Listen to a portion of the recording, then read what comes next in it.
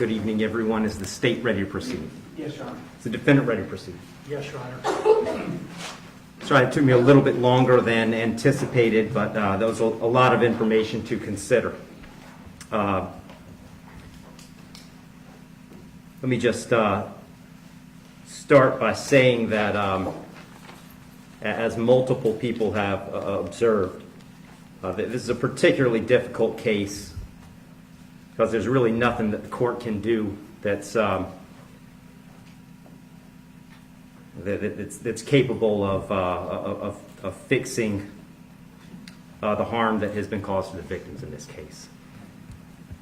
So that being said, I've got to start with the law. I'm bound by the law, and the law gives me a guideline for how to analyze an appropriate sentence in this case. So I want to start with the Camacho case. It's really the first thing I need to address is whether or not the court's going to depart from the minimum in this case, which is 222 months or approximately 18 and a half years in the Florida State Prison as a minimum. The Camacho case, as Mr. Fitzgibbons pointed out and argued, lays out really a three-factor test. Is there a valid legal basis for departure? Is there competent substantial evidence that the facts support an application? Or do the facts apply to the departure basis that is being asserted? To both of those questions, I answer those yes. There is a valid legal basis for departure, and there is competent substantial evidence that would support a departure. And really, I'd find that as to all of the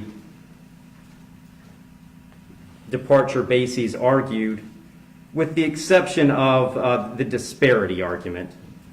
I'll just comment on that one for a moment. The defendant has argued that an available basis for departure is the disparity between the guidelines and the sentence that Mr. Barano got.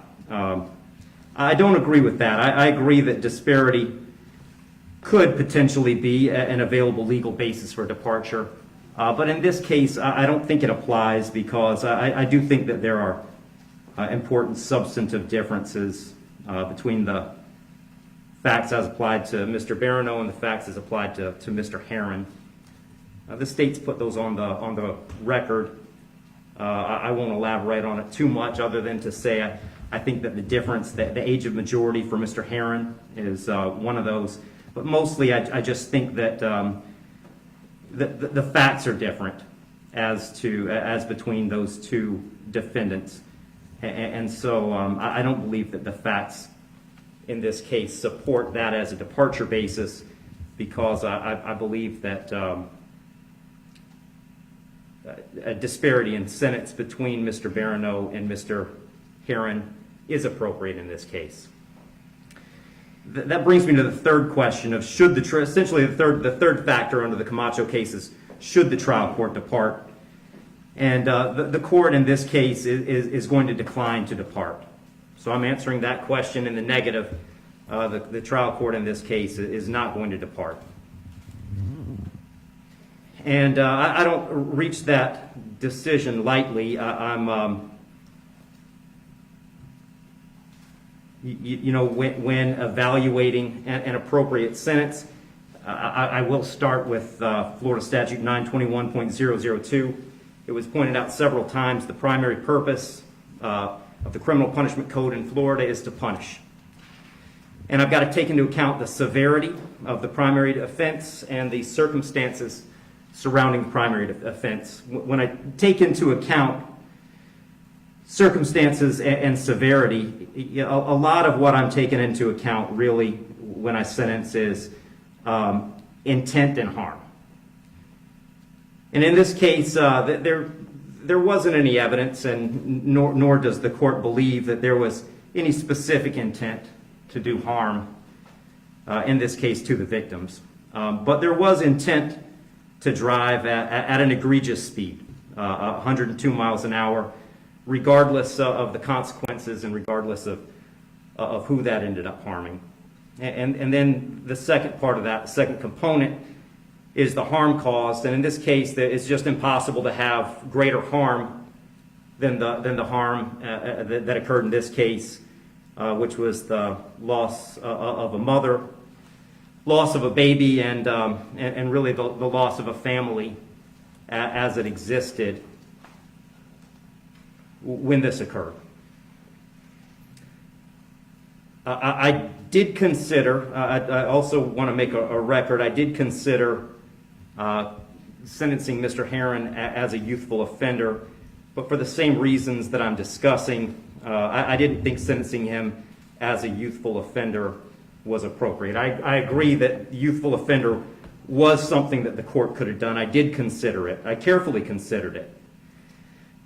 But the court just found that due to the serious nature of these offenses, the extreme nature of the conduct, and again, the level of harm, that a youthful offender sentence was not appropriate. So given that the court is not departing, the guidelines call for a sentence of 18, essentially 18 and a half years at a minimum, and 30 years as a maximum. And the court doesn't find that either the minimum or the maximum is appropriate in this case. I've said it several times, the serious nature of the offense, egregious nature of the conduct, and mostly the harm that's been caused prevent me from putting this as a bottom of the guidelines minimum case. But the departure bases argued by the defendant did provide some reason not to put it at the top of the maximum.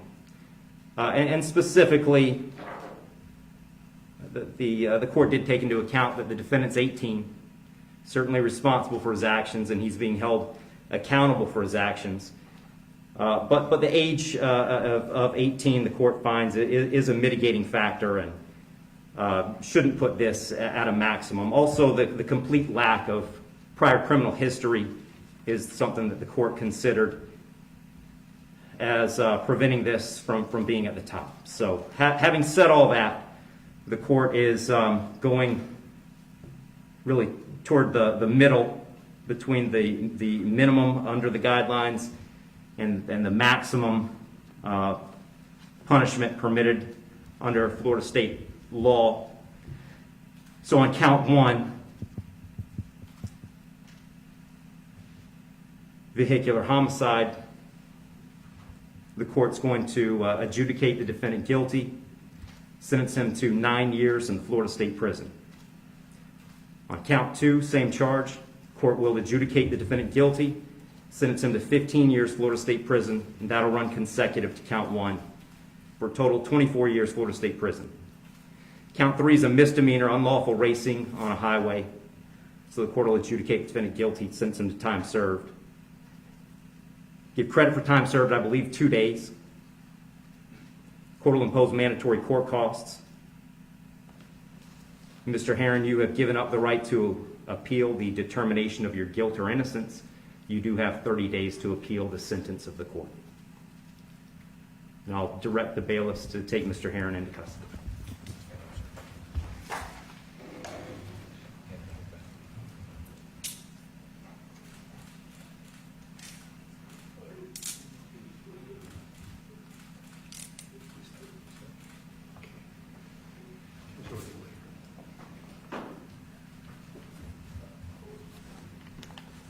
Wish you well, Mr. Herrin. Is there anything else from the state? Nothing from the state, Your Honor. Anything else from the defendant before we adjourn? The court will be adjourned. Thank you. Court's adjourned.